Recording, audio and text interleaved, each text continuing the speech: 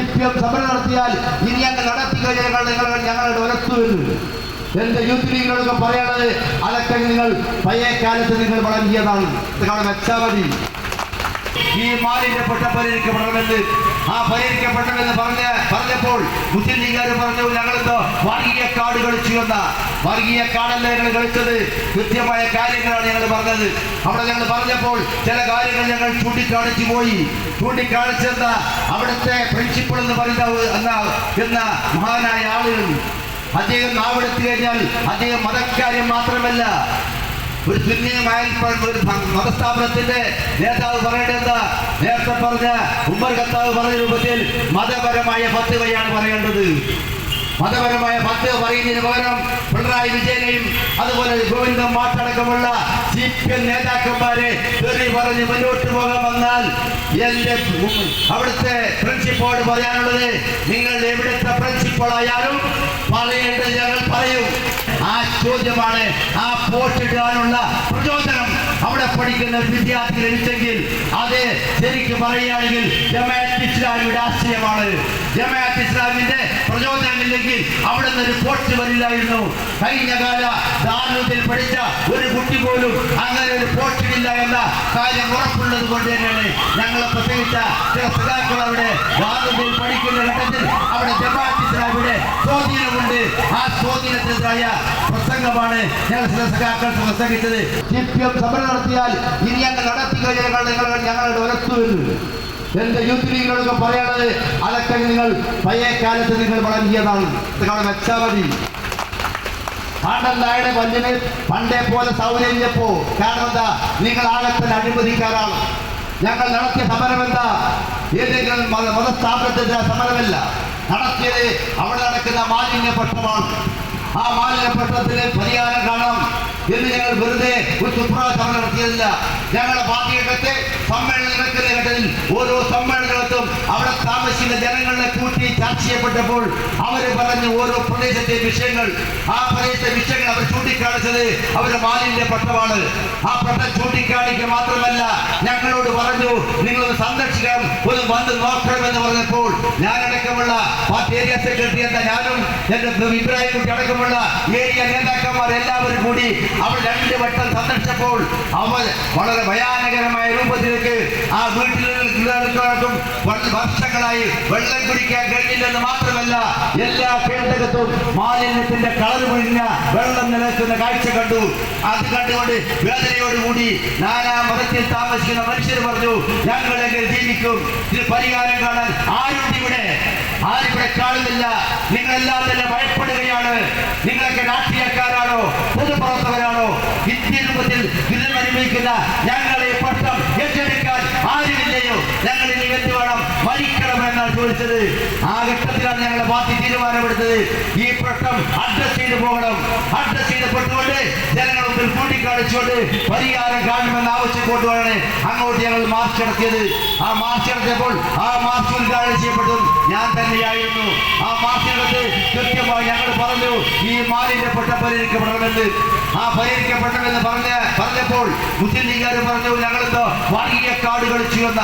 വർഗീയ കാർഡല്ല ഞങ്ങൾ കളിച്ചത്, കൃത്യമായ കാര്യങ്ങളാണ് ഞങ്ങൾ പറഞ്ഞത്.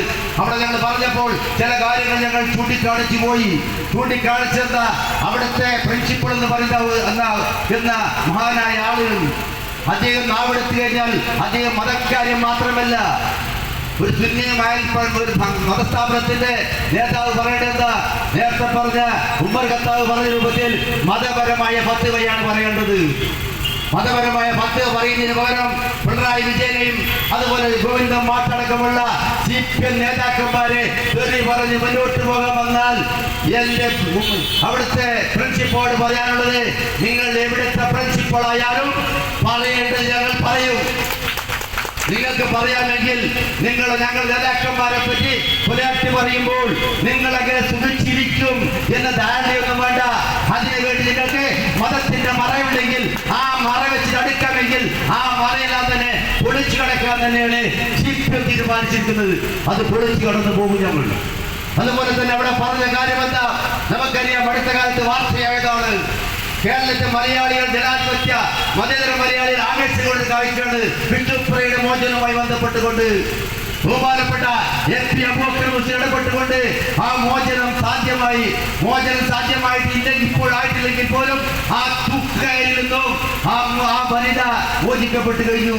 നാളെ രാവിലെ തൂക്കുമെന്ന് പറയുന്ന ഘട്ടത്തിലാണ് വൈകുന്നേരം FP അബൂബക്കർ മുസ്ലിയാരെ കമ്മ്യൂണിക്ക് പുറത്തു വരുന്നത്.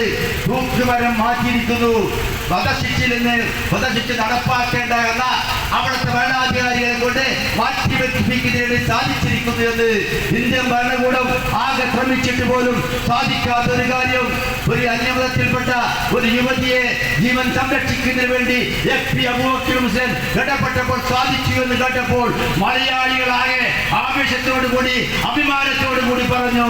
അദ്ദേഹത്തിന് ലോകത്തുള്ള ലോക പണ്ഡിതനായ അദ്ദേഹത്തിന് വിവിധ രാജ്യങ്ങളിലുള്ള മതപണ്ഡിതരുമായി ബന്ധപ്പെട്ട അംഗീകാരത്തിന്റെ ഭാഗം പെട്ടുകൊണ്ട് ആ പ്രശ്നം ഏറ്റെടുത്ത് പരിഹരിക്കപ്പെടാൻ കഴിഞ്ഞപ്പോൾ അഭിമാനത്തോടുകൂടി കേരളീയർ പറഞ്ഞു, മലയാളികൾ പറഞ്ഞു, ഇതാണ് കേരളം, ഇതാണ് കേരളത്തിന്റെ മോഡൽ, ഇതാണ് മതേതരത്തിന്റെ മോഡൽ. അതിന്റെ ഉത്തമ ഉദാഹരണമാണ് FP അബൂബക്കർ മുസ്ലിയാർ കാഴ്ചയെന്ന്.